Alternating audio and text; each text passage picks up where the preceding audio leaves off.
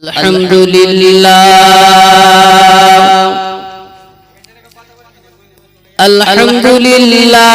nahmaduhu wa nasta'inuhu wa nastaghfiruhu wa na'udzu billahi min shururi anfusina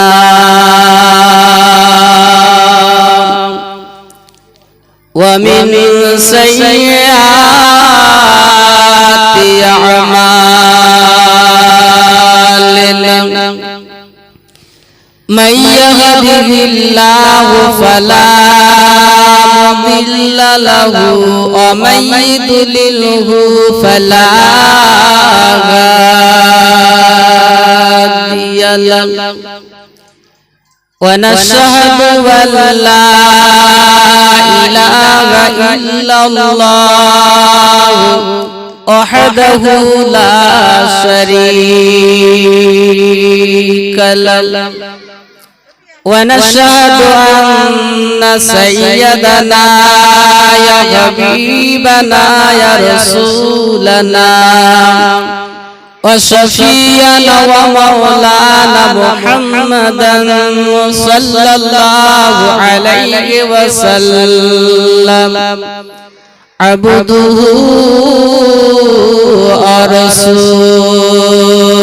ورسوله أما بعد فيا أيها الحاضرون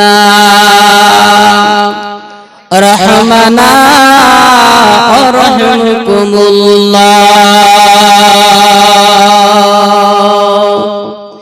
فقد قال الله تعالى في كلام المجيد والفرقان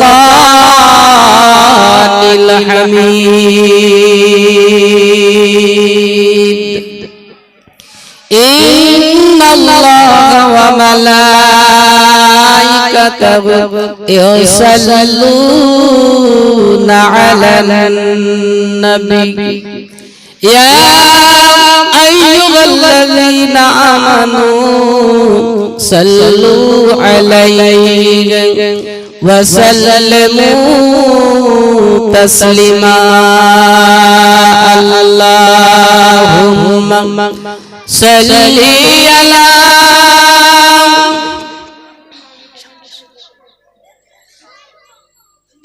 একটু সামনের দিকে বসলে ভালো হয় সামনের দিকে আসেন সামনে বসেন একটু উচ্চ আওয়াজে পড়ুন আল্লাহুম্মা সাল্লি আলা সাইয়্যিদিনা মাওলানা মুহাম্মদ ওয়া আলা আলিহি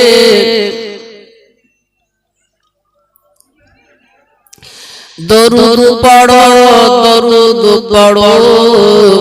মজলিসে বসিয়া মোদের দরুদ পৌঁছে যাবে সোনার মদিনায় আর জোরে বলেন আল্লাহুম্মা সাল্লি আলা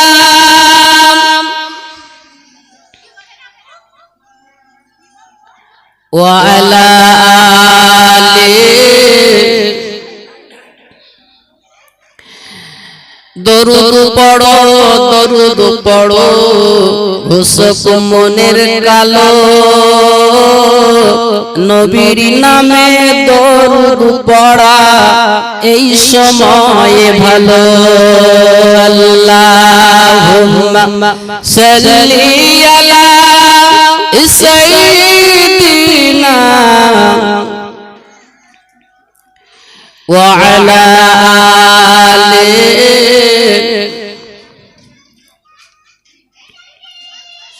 दीन मिला ईमान मिला पढ़ने वाली कुरान मिला जो कुछ देने का था सबको सदलवा दिया कमली बोलो ला ইল্লাল্লাহ জোরে লা ইলাহা ইল্লাল্লাহ লা ইলাহা ইল্লাল্লাহ ইবাদত সে দামামা বাদরে আমামা ইবাদত সে দামামা বাদরে আমামা ইশরু শুকরিল মুসলমান নয়া জামানায় দাওয়াত এসেছে ভাঙা কেল্লায় ওড়ে নিশান লা ইলাহা ইল্লাল্লাহ লা ইলাহা ইল্লাল্লাহ লা ইলাহা ইল্লাল্লাহ মুহাম্মাদুর রাসূলুল্লাহ বাইরা সুরে রেখে দেন আল্লাহর বান্দি যখন পানি খেতে চেয়েছেন সন্তানের লক্ষ্য করে বললেন ও বাবা আমার সন্তান শরফুদ্দিন আমার জন্য একটু পানি নিয়ে এসো আমি একটু ঠান্ডা পানি খেতে চাই আম্মা জানের কথা শুনে শরফুদ্দিন দেরি করলেন না আম্মা জানের পানি খাওয়াবে বলে আহারে কলসি থেকে এক গ্লাস পানি নিলেন এক গ্লাস পানি ঢেলে আম্মা জানের কাছে চলে আসলেন এসে দেখলেন আম্মা জান ঘুমিয়ে পড়েছে ছোট সন্তান মায়ের পাশে দাঁড়িয়ে চিন্তা করলেন আমার মা একটু আগে তো চেতনা ছিল আমার মা আমার কাছ থেকে একটু পানি পান করবে কিন্তু আমার মা তো ঘুমিয়ে পড়েছে এখন কি আমি মাকে ডেকে পানি পান করাবো না আমি এখানে দাঁড়িয়ে থাকবো এই শরফুদ্দিন আহারে ছোট মানুষ 6 থেকে 7 বছর বয়স যার মায়ের মাথার কাছে দাঁড়িয়ে চিন্তা করে আমার মা সারা দিন কত না কষ্ট করেছে আমার মা আমার কাছে একটু পানি চেয়েছেন পান করবে এখন যদি আমি তার পানি না পান করাতে পারি আমার মা আমার উপরে অসন্তুষ্ট হয়ে যাবে এই মনে করে মায়ের মাথার কাছে দাঁড়িয়ে ওই পানি নিয়ে তিনি চিন্তা করতেছেন যে আমার মা জননী যখনই ঘুম ভেঙে যাবে আমি শরফুদ্দিন আমার মায়ের গালে আমি পানিটা আমি ধরবো আমি গ্লাসটা ধরবো আমার মা আমার হাত থেকে পানি পান করবে চিন্তা করলেন যদি আমি ডাকি তাহলে মার কষ্ট হবে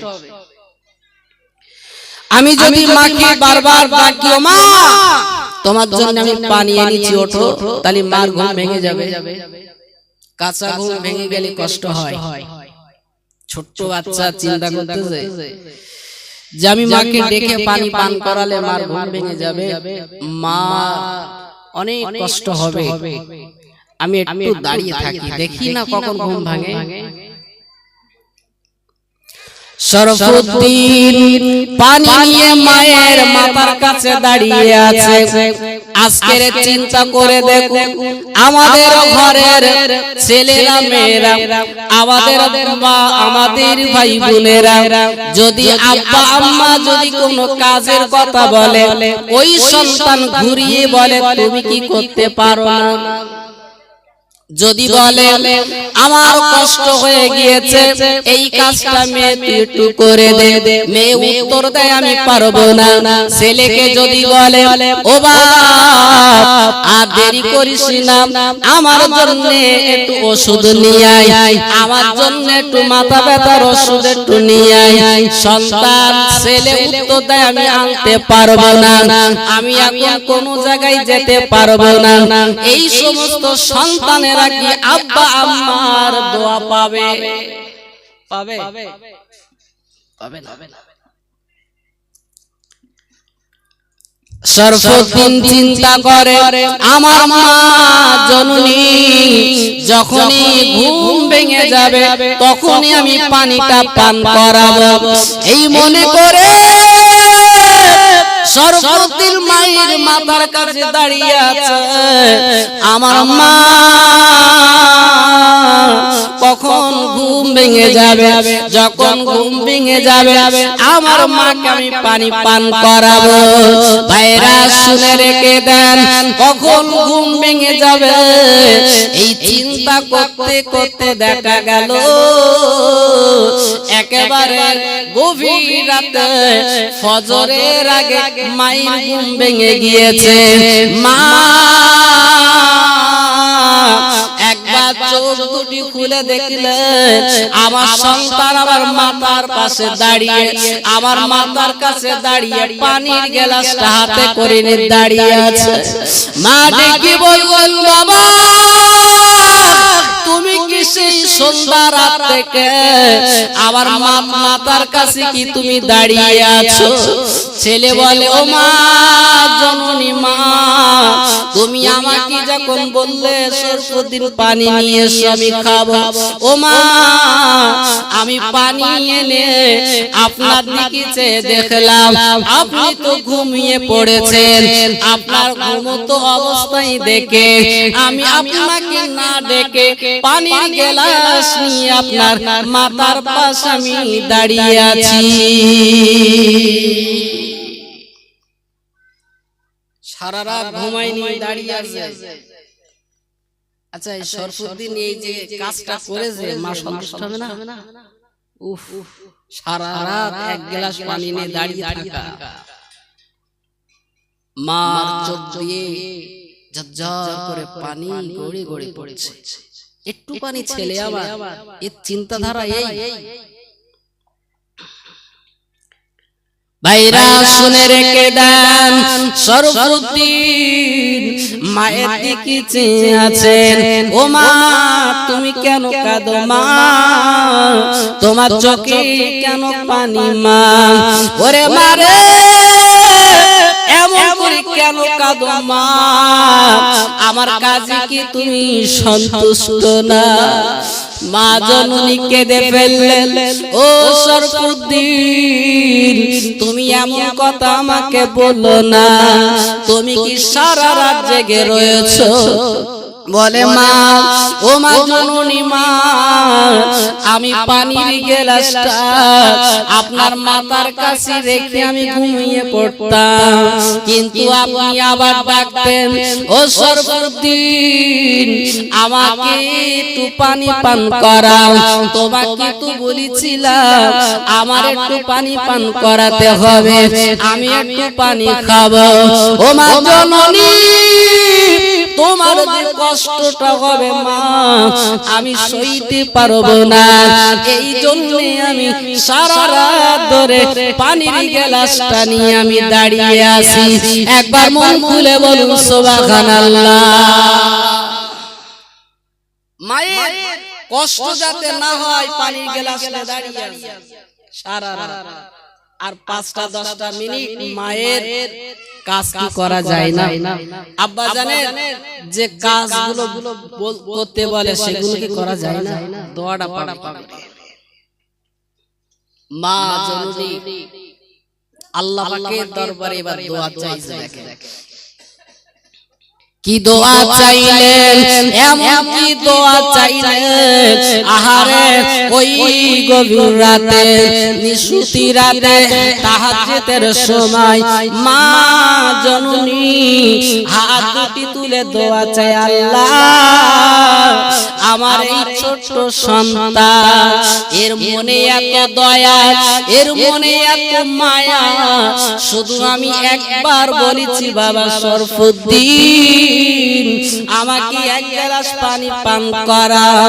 এই কথা শুনেন আমার সন্তান আমার মাথার কাছে দাঁড়িয়ে দেখলো আমি ঘুমিয়ে পড়েছি, সারা রাত ধরে ধরে ওই পানির গ্লাসটা নিয়ে দাঁড়িয়েছিল। আল্লাহ এ রব্বুল আলামিন, আমার সন্তানের কাজে আমি সন্তুষ্ট হয়েছি, আমার সন্তানের কাজে আমি রাজি হয়েছি। আল্লাহ আমার এই সন্তানের কাজে আপনি রাজি হয়ে যান, আল্লাহ আপনি সন্তুষ্ট হয়ে যান। আল্লাহ আমার সন্তানের জন্য আমি দোয়া চাই, পৃথিবীর জমিনে যত আপনার মাহবুব বান্দা হবে, যত আল্লাহর ওলি, আপনার ওলি যারা হবে, হে রব্বুল আলামিন আমার এই সন্তানকে ওই ওলিদের খাতায় আমার সন্তানের নামটা লিপিবদ্ধ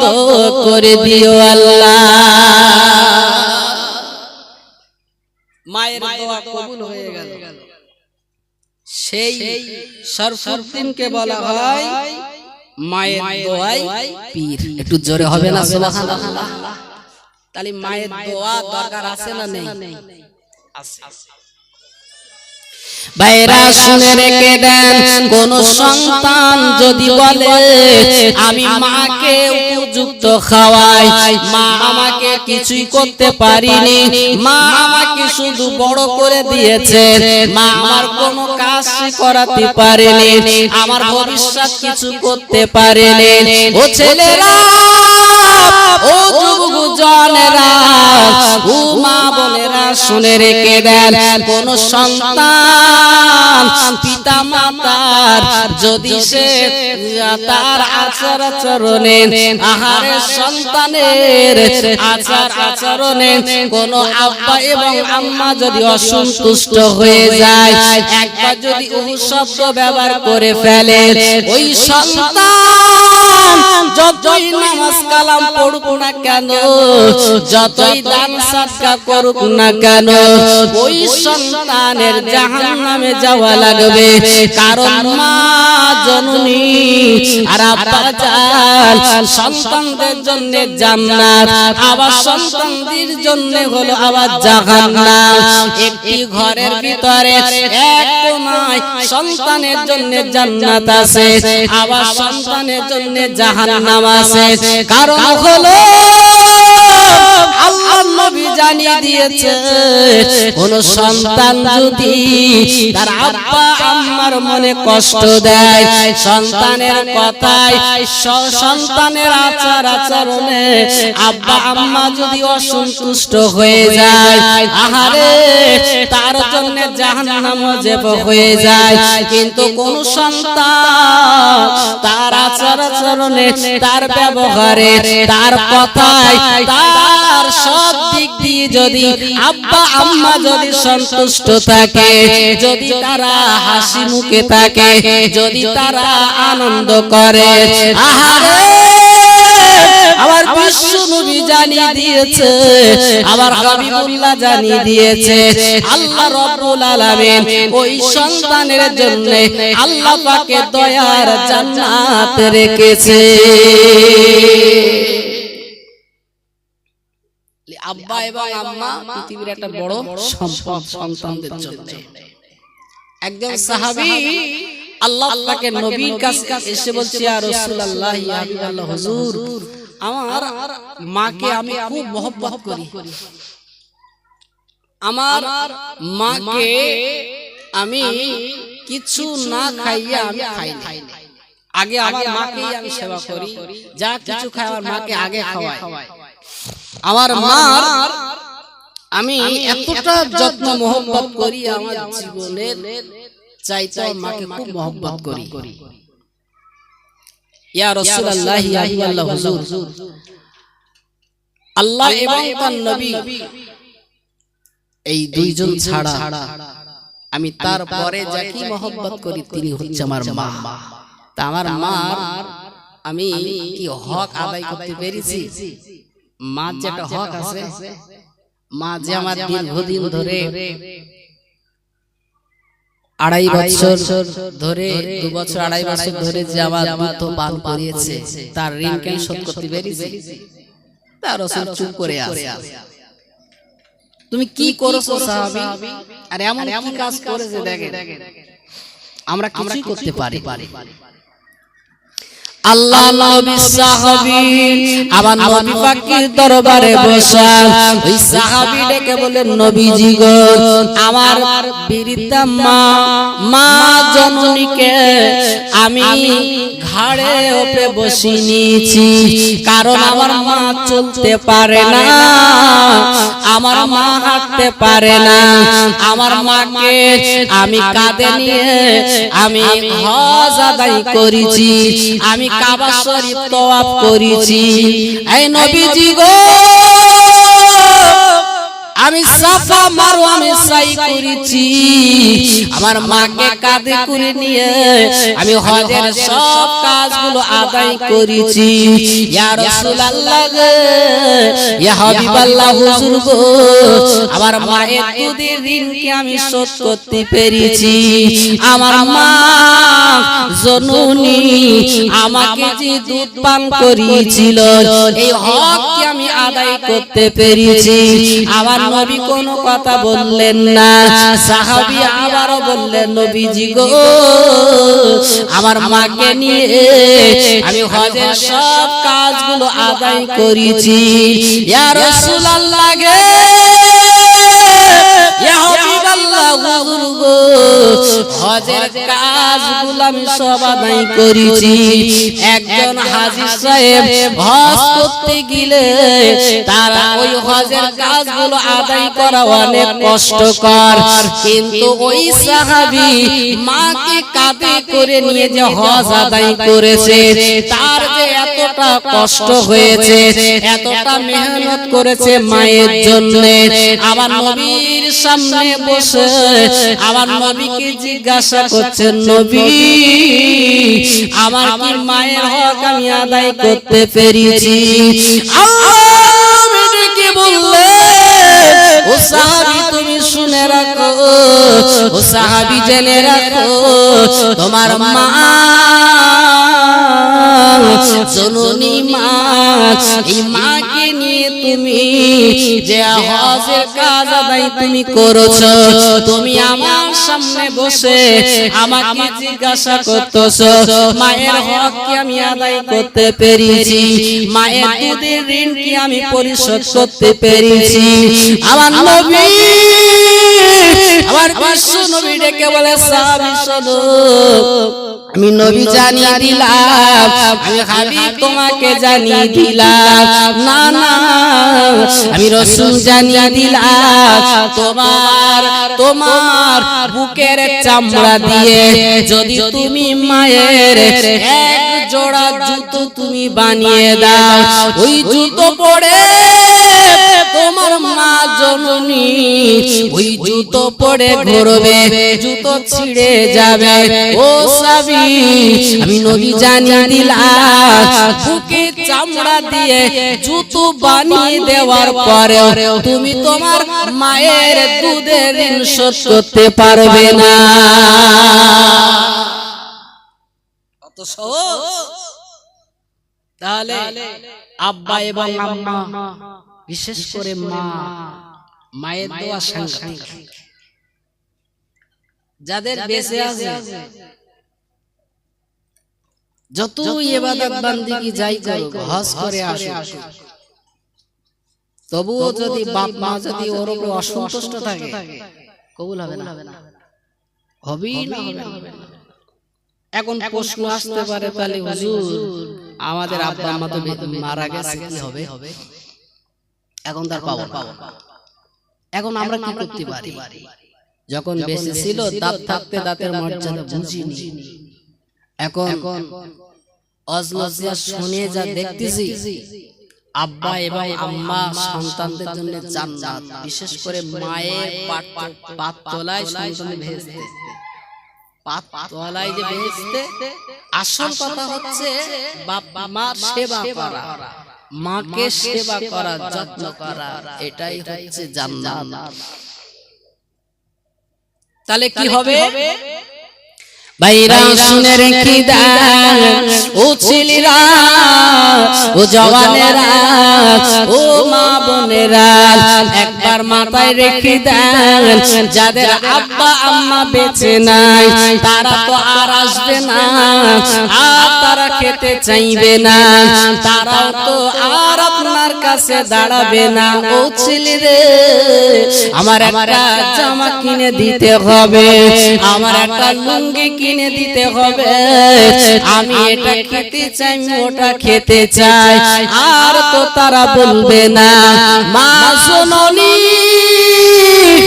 আর বলবে না খোকা রে একটু ডন্ডিরাট বাজার থেকে আমার জন্য একটু পান সুপারি নিয়ে আয়, আর বলবে না মা জননী আর কোন জিনিসপত্র চাবে না, আর কিছু খেতে চাইবে না, একটা শাড়ি কেনার কথা আর বলবে না। আজকের তারা কবর দেশের বাসিন্দা হয়ে গিয়েছে, আজকের সন্তানের মুখ পানে তাকিয়ে আছে। ও সন্তানেরা, আজকের তোরা সংসার তোরা করে কত ভালো মন্দ জিনিস এনে তোরা খাস, আহারে এমন একটা দিন কেটে গিয়েছে যে সময় তোদেরকে মানুষ করতে গিয়ে আজকের ঠিক মতন আমাদের খাওয়া হয়নি, ভুট্টা খেয়ে জীবন ধারণ করেছি, তোদের কষ্ট দেয়নি, তোরা যাতে সুখী থাকিস সেই দিকে চিন্তা করে আজকে জমি জায়গা ঘর বাড়ি সব কিছু তো তোদের জন্য রেখে এসেছি। ওরে সন্তান রে, তোদের মানুষ করতে গিয়ে রাতি রাত না খেয়ে অতিবাহিত করে দিয়েছি, আজকের তোরা বাড়িতে ভালো মন্দ জোগাড় করিস, আহারে তোরা ভালো মন্দ খাস, একবারও আমাদের কথা চিন্তা করলি না। ও সন্তানেরা, ও ছেলে মেয়েরা, আর কিছু খেতে চাইব না, আর কিছু চাইব না, শুধুমাত্র একটু নেকি চাইব। দেরি করিস না, একটু মজলিসে গিয়ে ওই মজলিসে বসে হাত দুটি তুলে আমাদের জন্য একটু মাগফিরাত কামনা কর, আমাদের গুনাহ মাফের জন্য তোরা বল। এই সন্তানেরা, তোরা যদি দোয়া চাস, তোদের দোয়ার বাবরকতে, তোদের আমিন বলার বাবরকতে আমার আল্লাহ রাব্বুল আলামিন আমাদের কবরের আযাবকে আল্লাহ পাক maaf করে দেবে। তারা এটাই বলতে থাকে যে কবরের পাশে দাঁড়িয়ে একটু দোয়া চা, যদি দোয়া করতে পারিস তোদের এই দোয়া কবুল হওয়ার জন্য রাসূল বলেছেন মাঝখানে কোনো পর্দা থাকে না, ডাইরেক্ট আল্লাহ পাকের দরবারে সন্তানের দোয়া কবুল হয়ে যায়। জোরে হবে না সুবহানাল্লাহ।